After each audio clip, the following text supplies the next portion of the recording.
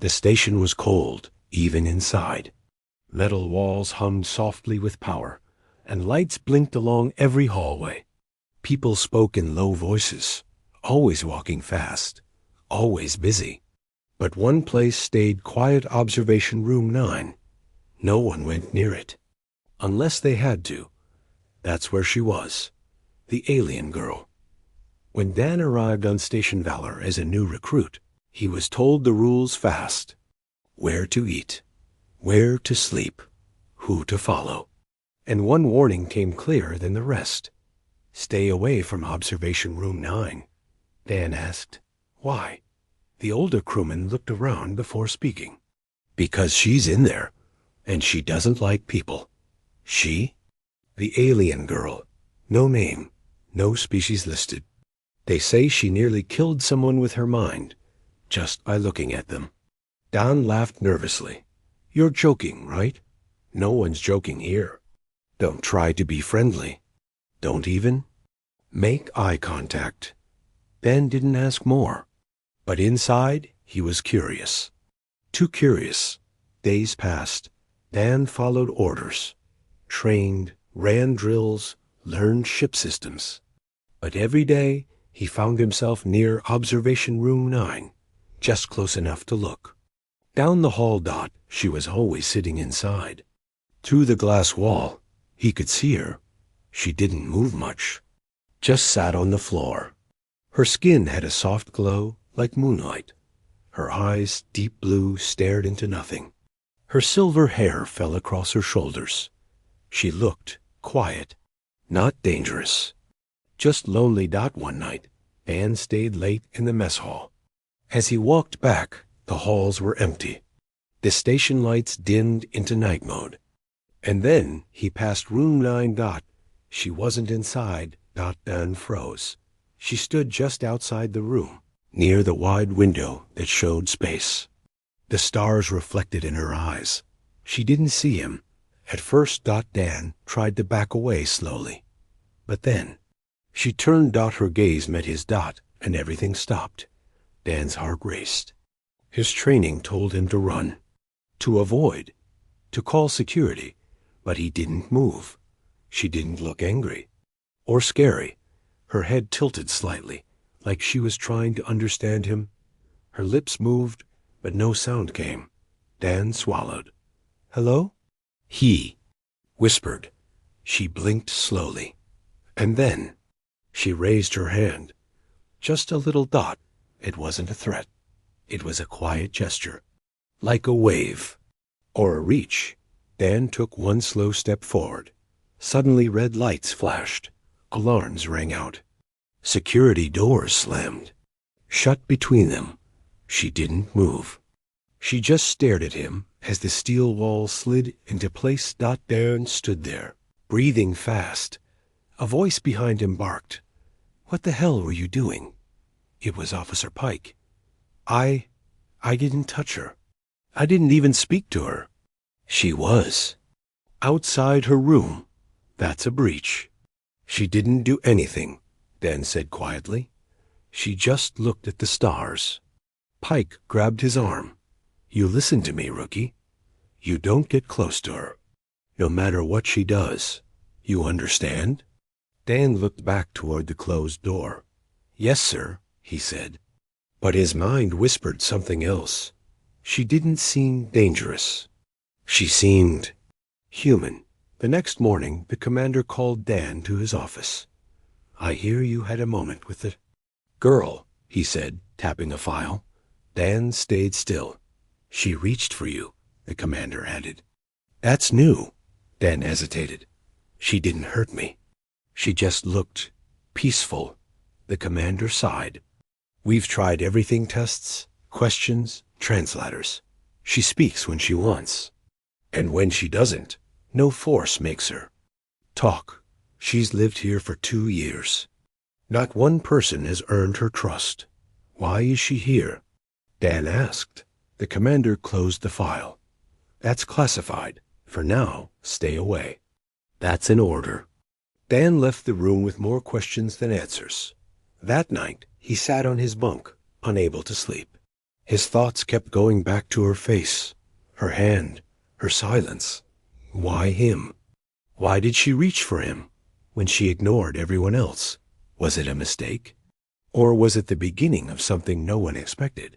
Dan couldn't forget her eyes. They weren't just alien, they were deep, full of stories no one had listened to. That quiet gaze stayed in his mind, long after the alarm stopped and the hallway went dark. He tried to follow orders, tried to forget, but every part of him whispered the same thought. She reached for me. The next day was full of meetings and drills, but Dan's mind stayed somewhere else. He walked slower past room 9, hoping to catch another glimpse. But she wasn't by the glass wall anymore. She was gone. Inside the room, lights blinked and monitors ran scans. But the girl missing. Dan's heart raced. Where could they have taken her? Later that evening, while most of the crew slept, Dan walked toward the lower sections of the station. He knew he wasn't allowed there. But something inside him pulled him forward, down a silent corridor. A side door stood slightly open. It wasn't marked. No guards, just silence. He stepped through. The room inside was dimly lit, full of strange glowing panels and curved glass. At the far end he saw her. She was floating inside a tall glass tube. Not unconscious, not asleep, just floating. Her eyes were closed. Wires ran from her skin into the walls. It looked more like a cage than a lab. Dan's breath caught in his throat. She wasn't being protected. She was being studied. Suddenly, her eyes opened. Even through the glass, she saw him. Dan froze. She didn't panic, didn't move. But slowly, very slowly, she lifted her hand again. It was the same gesture as before, got soft. Simple, like she remembered him. Dan stepped closer to the glass. He raised his hand, too. They didn't touch, but their hands met, divided only by the cold surface. Her lips moved again. This time, Dan could hear her. Barely a whisper, but clear. Safe. Behind him, a small beep echoed. Dan turned. A hidden camera light turned red. He'd been seen. Alarms didn't ring this time, but the screen on the wall changed. Access logged. Unauthorized presence. He ran. The next morning, security didn't call him in. No guards came to question him. It was like nothing happened. But room 9 now had 2 guards standing at all times. Dan didn't understand it until the girl returned. She was sitting again, just like before. Quiet, still. But when he passed, her head turned, and this time she smiled. Just a little. Not enough for the others to notice, but he saw it. He felt it, and it shook something inside him. The next week was strange. People began noticing changes. The alien girl started responding to basic words. She moved more, ate more. Her health improved. Scientists were confused. They claimed their tests were finally working, but Dan knew the truth. She was changing because she had chosen him. During lunch, someone sat beside Dan. It was Juno, the station medic. I heard something weird, she whispered. She said a name yesterday. Dan blinked. Whose name? Yours. Dan's spoon froze in midair. She whispered it during scans. Just once, then went silent again. Dan said nothing, but his heartbeat screamed. That night, a private message appeared on his console. No sender, just one line. Meet me in the lower bay, alone. He knew who it was. He arrived in silence. The lower bay was half lit, full of unused cargo, and there she was, not in a cage, not behind glass. Just standing in the open, waiting. Dan didn't speak. She walked up slowly, and without a word, she gently took his hand. Her fingers were cool, but steady, and then she smiled again. A real one, soft, warm. Dan looked at her, stunned. Why me? She whispered. Because you saw me. A sudden noise broke the moment. Footsteps, voices. Security was coming. She didn't panic. She stepped forward and placed her other hand over his heart. Then she whispered something strange, something in her own language. And Dan felt it, a soft hum in his chest, a light behind his eyes. He didn't know what it meant, but he knew this. Their connection was no accident. It was a beginning. Asterisk. Dan sat alone in the med bay, not because he was hurt, but because he was being watched. The station's cameras caught him holding the alien girl's hand. No words, no aggression, just that moment. Still, it was enough. The commander had him. Pulled from duty. Now, Dan waited, and remembered. Her soft voice, that glowing touch, the strange hum he still felt in his chest, like a memory that wouldn't fade. He wasn't afraid. He wasn't confused, but he was determined. The door hissed open. Juno, the medic, stepped inside and locked the door behind her. You're not crazy, she whispered before he could ask. Dan looked up. What do you mean? She pulled a small chip from her pocket and slid it onto the table. This is from the internal sensors, she said. From the moment she touched you. Dan picked it up, watching a short video. The second the alien girl placed her hand on his chest, his heartbeat, brain signals, and body temperature changed. But not in a dangerous way. In a synchronized way. She matched with you, Juno said. Not just emotionally, biologically, neurologically. Dan's voice was low. What does that mean? It means she chose you, connected to you. Dan frowned. Then why are they keeping her locked up like some test subject? Juno sighed. Because they're afraid of what she really is. Dan returned to his quarters later, but his mind was far from sleep. So he broke a rule. He accessed a restricted file. Thanks to Juno's bypass code, the file opened. Project Echo-Blue. It was her. She wasn't just a visitor. She was part of a military experiment, a peace mission gone wrong. Her kind had been asked to help the galaxy's conflicts. But when one human general pushed for control, everything shattered. Her planet was destroyed.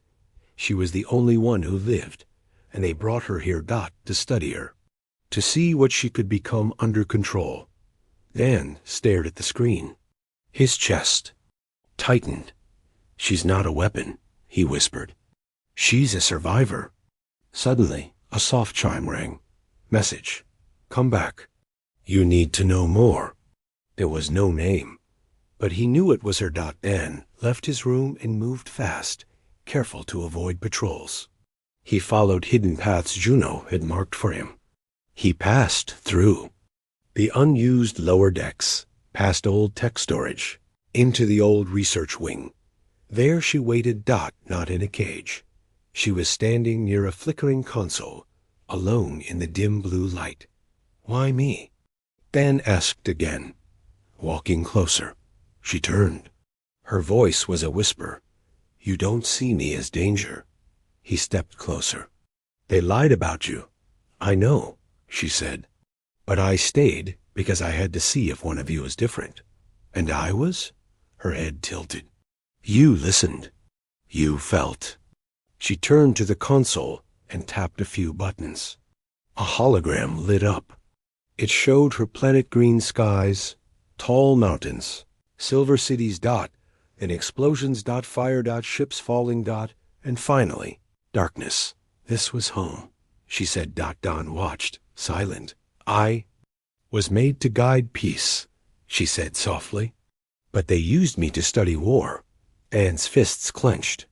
That's why they keep you here. They think you're a weapon. She looked into his eyes. And now they know I've chosen you. Footsteps echoed down the hall. Guards. They're coming, she said. But you know now. That matters. Dan took her hand. I'm not leaving you here, he said. She smiled again, tired, but full of hope. You already freed me, she whispered. when you believed me." The guards burst in. Dan stood in front of her. Weapons raised. "She didn't." "Move." Dan shouted. "She's not your enemy." But the commander's voice echoed coldly. "Stand down, soldier." Dan shook his head. "You're the ones who've forgotten what we were meant to be." Behind him, the alien girl whispered in her own tongue, and the lights in the hall dimmed. Systems flickered. Power shifted. The guards looked around in panic. Dan stayed calm. "So did she got?" And then, in perfect English, she said to the commander, "You can't stop change." He already took the first step. The room was frozen in silence. The commander stared at the alien girl, his hand still raised, weapon tight in his grip. The guards behind him waited for his order. Lights flickered above, casting shifting shadows on the floor. Dan stood in front of her, unmoving. His breath was steady now. He wasn't afraid anymore. She had given him something, not just connection, but clarity. The commander finally lowered his weapon. "Stand down," he ordered. The guards relaxed, but their eyes remained locked on her. "You will both come with us." "Now," the commander said. Dan nodded slowly, but she didn't move. Instead, she looked at Dan. "You can trust me," he whispered. "Just come for now. We'll find a way." She held his hand tightly and followed. They were taken to the command chamber, walls lined with live star charts, glowing symbols, and watchful officers. Dan was ordered to sit. She stood beside him, never letting go of his hand. The room filled with whispers. Scientists, officers, the base's leaders. They looked at her like she was a wild animal finally in the open. The head science officer, a tall woman with silver hair, stepped forward. "You've made direct connection with the subject," she said to Dan. "We believe she's imprinted on you." Dan frowned. "She's not a machine. She's a person." "She's not a person," the commander snapped. "She's alien tech wrapped in flesh." The alien girl looked straight at him and said calmly, "You're wrong." Gasps filled the room. She had never spoken more than one word at a time before. Now her voice was clear, cold and strong. "You think I'm a weapon," she said, "but your machines didn't make me. I was born with purpose, not destruction." One officer tried to speak, but she kept going. "You called it danger because you didn't understand. You feared me because I was silent. But the silence was your own doing." She turned to Dan. "You saw me," she said softly. "And because of that, I see all of you now." The screen behind them blinked. Suddenly, an alert flashed. "Unauthorized. Internal breach, Sector 4. The commander turned. "What now?" An officer shouted. "Systems are shifting. Security walls are going down. Someone is overriding us." Dan looked at the alien girl. "Are you doing this?" She nodded once. "I gave you a chance. But now I choose." The lights turned blue. All doors in the command center sealed. The room dimmed. On every screen, an image appeared. Her homeworld. Not during war, but in its peaceful state. Green valleys. Crystal towers. Children playing under floating trees. A voice spoke across the station. Not hers, but ancient and calm. Echo Blue activated. Protocol shift confirmed. Everyone froze. The commander stepped back. "This is a takeover." "No," she said. "This is a message. You brought war to my world. Now I bring truth to yours." Dan stood beside her, no longer feeling like a soldier, more like a witness. "Then what happens now?" he asked. Her. She looked around the room, her expression calm but unshakable. "I won't hurt anyone," she said, "but I won't be caged again." The station's main AI system spoke up. Primary control surrendered to Echo Blue unit. Power alignment complete. Dan whispered, "You were never the experiment. You were the key." She nodded. "And you were the door." Suddenly, All lights. Return to normal. Doors unlocked. Weapons powered. Down. But no one moved. The commander said nothing. He had no more orders to give. The alien girl turned to Dan. I want to leave this place, she said, but not alone. Dan answered without hesitation. Then I'm going with you. They walked out together. No one dared stop them. Not anymore. Asterisk. Dan packed quickly. No orders. No clearance. No time. He didn't even take his full gear, just the essentials. Water, navigation band, signal blocker, and one photograph of Earth. A memory of home. The alien girl stood silently at the edge of the supply room, watching him move. She looked calm, but Dan could feel it. Her energy was rising, like a storm in still air. You're sure about this? He asked, zipping his bag. She nodded. If we stay, they'll try again, this time quietly. He knew she was right. The commander didn't shout anymore. Now he watched and waited. The kind of silence that came before a trap. We'll use the old hangar, Dan said. Bay 12. It hasn't been active for months. Juno's unlocking it. She trusts you, the girl said. She trusts us, Dan corrected, offering a half smile. The plan was simple. Quiet exit. No fighting. Just vanish. But nothing on Station Valor ever went simple. They met Juno at the medical bay. She handed Dan a data key. This unlocks the launch grid. You have maybe 6 minutes after activating it before alarms go wild. Dan looked at her. You sure about this? I watched her sit in silence for months, Juno said, looking at the alien girl. Then you arrived, and she became alive. That's all I need. The alien girl gently reached out and placed a glowing hand on Juno's wrist. Thank you, she whispered. Juno blinked in surprise, then smiled. Go, before I change my mind. They moved fast through the dim corridors. The station lights were set to low cycle mode, simulating night. Dan led. The alien girl followed, her movements almost soundless. She was no longer hiding who she was. Light pulsed gently from under her skin, like stars beneath the surface. They reached Bay 12. Dust covered the floor. Old crates were stacked in corners. A small transport vessel, half forgotten, sat on the dock. She fly, Dan said. Barely. The alien girl stepped inside. She placed her hand on the console. The ship came alive. Panels lit up. Systems whirred. The engines hummed. She likes you too, she said softly. Dan laughed. I guess we're a good team. But, as he loaded the last of the supplies, a sharp beep sounded on his wristband. Movement detected. 2 sectors away. Security sweep. They know, Dan muttered.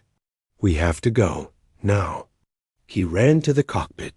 The girl stood at the controls, eyes glowing. As she touched the ship again, something strange happened. Metal bent slightly, smoothing itself. Wires aligned. The engine roared stronger. You're fixing it? Dan asked. No, she said. I'm waking it up.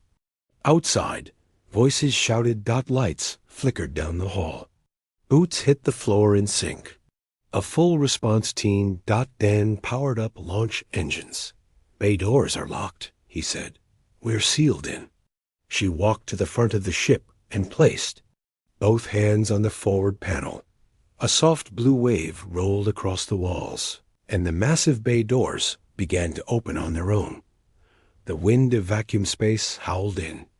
Are you doing this? Dan shouted over the noise. She turned, smiling. We are. A sudden blast shook the bay. Security forces arrived, weapons raised. But just before they fired, something unexpected happened. The girl stepped out of the ship alone. She lifted her, hand glowing brighter now. Every weapon shorted out. Sparks flew. The soldiers fell back, stunned but unharmed. She said one word. Enough. then walked calmly back into the ship. Dan didn't ask how. He just launched. The engines roared. The ship rose slow, then fast. They burst through the bay opening and into the stars. Alarms faded behind them. Silence returned. Dan looked over at her. She stared out the window, watching the stars rush by. Where are we going? He asked. Anywhere, she said. As long as it's free. Gan nodded. Then she did something he didn't expect. She leaned her head on his shoulder and whispered, I was never meant to run alone. Asterisk. The stars moved past. The windows like rivers of light. Dan sat in the pilot's seat, his hands loose on the controls. The alien girl sat beside him, silent, watching the galaxy stretch ahead. They hadn't spoken in hours, but they didn't need to. There was peace in the quiet, but peace couldn't last forever. Soft ping broke the silence. Signal detected. Incoming transmission from Station Valor. Dan frowned. They found us faster than I thought. The girl didn't look away from the stars. They always try to follow what they don't understand. Dan tapped the screen. The message loaded. Return the asset. No charges will be filed. You have one chance. Dan laughed under his breath. Now they call you an asset. She finally looked at him. They think choice is something they can lock in a cage. Dan shut off the message. Let them chase. We're not going back. The ship drifted into quiet space, far from mapped routes. No colonies, no traffic. Just emptiness and light. There, Dan shut down the drive and turned in his seat. I want to ask you something, he said. She nodded. Why me? He asked again. There were hundreds on that station. Smarter, stronger, higher ranked. She closed her eyes for a moment. When I looked at you, she whispered, you didn't see what others did. You saw who I was, not what. And who are you? He asked softly. Her voice lowered. I don't fully know, but when I'm with you, I feel real. She stood and moved to the center of the small cabin.